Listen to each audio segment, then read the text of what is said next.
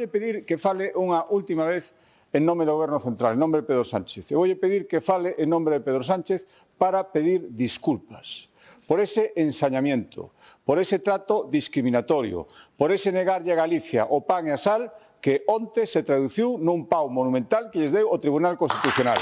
Pido que pidan disculpas por iso, señor Besteiro. A que le falar de restauración democrática? Mire, vou ler unhas declaracións.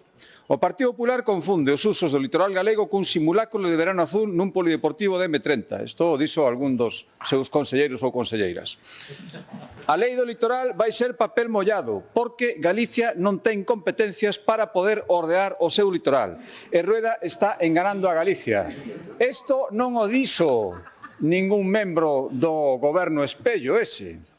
Isto o dixo a señora Pontón, experta xurídica e visionaria total do desenvolvemento competencial.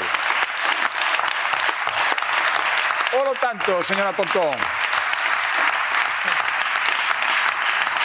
sabe que regeneración democrática tamén é falar do que se sabe, ou polo menos informarse mínimamente antes.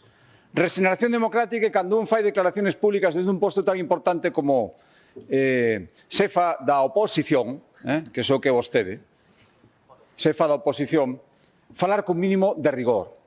E regeneración democrática tamén é cando se mete a pata, como vostede a meteu, pedir disculpas, ser humilde e enmendar. Eso é regeneración democrática, señora Pontón.